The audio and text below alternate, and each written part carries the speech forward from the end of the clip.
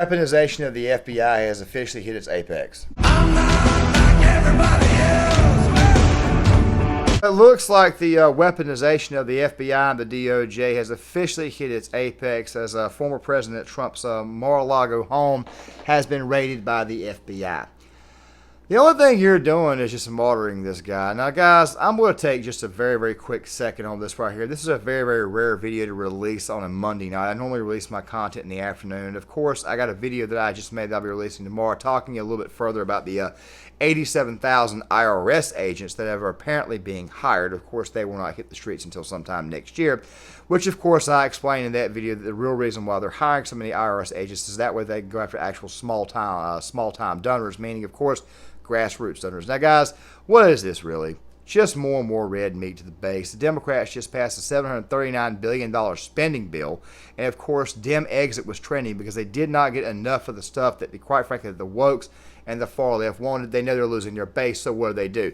They send the FBI down there to go raid Donald Trump's residence. Of course, this is all just red meat.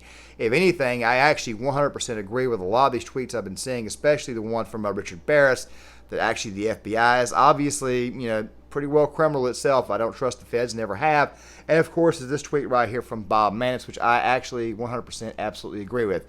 Donald Trump this past week at CPAC in Dallas, Texas, got 69% of the straw poll vote, much, much more than Ron DeSantis. At the same time, he got 71% of the vote at the Turning Point USA rally in Florida. Fact of the matter is, the guy is probably going to be the Republican nominee, and the DOJ is going out of their way to arrest this guy or have what we call a meaningless arrest, which, by the way, this is for the most part symbolic because they quite frankly ain't got nothing on him, and there's the reason why they're doing this. It's nothing more than red meat to the base. I'm here tonight to kind of calm you guys down because I know you guys are hearing stories and you're probably thinking to yourself, we're in a third world country. Well, it's starting to look that way with the actual crime rate going through the roof, with people actually fighting back against the wokes. And of course, as we found out here recently, the wokes have invaded the YMCA of all freaking institutions.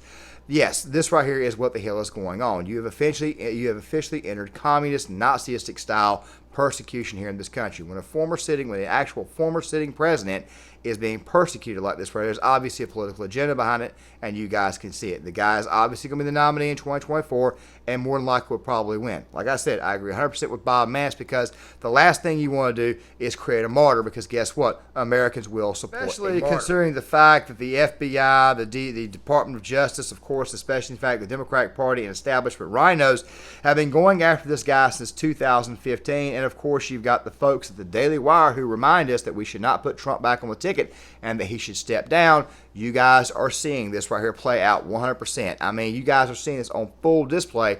There's a reason why they're doing this. They obviously don't want this man to run again in 2024. But let's just go ahead and be honest about this right here. This entire situation, this little raid, is, like I said before, mostly symbolic. They don't have anything on him. The January 6th Commission didn't pull up anything. The only thing they could do is come out and say that Donald Trump apparently tried to choke his driver. And actually, dude, come on, man. We all know this crap right here is nothing more than filler, and this right here is obviously nothing more than just one great big giant symbolic gesture, red meat to the base. By the way, a base that, by the way, was tweeting out today, Dem exit. Right now, the Democratic Party, including the President of the United States, Joe Biden, and the President's people, let's face it, he's not really running the country. It's probably Susan Rice and probably Ron Klain who are running the show. They desperately know that they cannot get elected in 2024, and they know they're going to get absolutely destroyed in 2022. This right here is mostly symbolic, designed to whip up their base. They want it trending on Twitter all night because, let's face it, he's not going to go out in handcuffs. We're just going to say, we raided Donald Trump's home. Well, what the hell did you find? You probably didn't find anything. So while this right here may look like a little bit of a rant, I just got to go ahead and tell you guys right away. This rant right here that I'm doing is really just to explain to people that maybe you guys might want to sit back and calm down. Also, something else, too, to all the guys who are wondering where Ron DeSantis is on Twitter, let me just go ahead and tell you guys right away. He's probably not going to say anything because he quite frankly hasn't said anything. But if I were you guys, I might would step back and hold up and give it about 3 more days. Let me kind of explain my point about this. Do you guys remember, and by the way, I like Ron. I really and truly do. He's the governor down there in Florida. He's obviously the next person in line to run if Trump does not run. Obviously, they're pushing him very, very hard, especially the Daily Wire. And I just got to throw this out here. I just got to kind of go ahead and say this. You guys remember that anti-riot bill? Turned out not to be as strong as was actually advertised.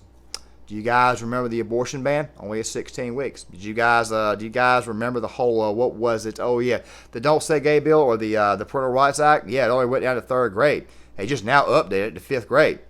Not strong enough. I don't entirely believe that this guy is some conservative bastion, so I want to give it 3 more days, even though apparently he arrested some woke DA. Let's give it a little bit before we decide to start slapping his back and saying, good job, man. Just give it a little bit of time. Guys, I just figured I'd go ahead and throw this out here and go ahead and say it. This right here is probably going to be, for the most part, symbolic. It's probably not going to actually draw anything. If anything, it's just another attempt at trying to make a man look bad, when in reality, the only thing they're doing is martyring him and making people feel bad for him. He's garnering sympathy off this, and he's probably going to get more votes because you guys keep persecuting him. And let's be honest, everybody loves to support something that's actually been persecuted. Guys, John Claymore here. Make sure you guys hit that like button. I'm not worried. I'm not concerned about this right or anything. You guys just ensure the 2024 election victory. I'll see you guys later.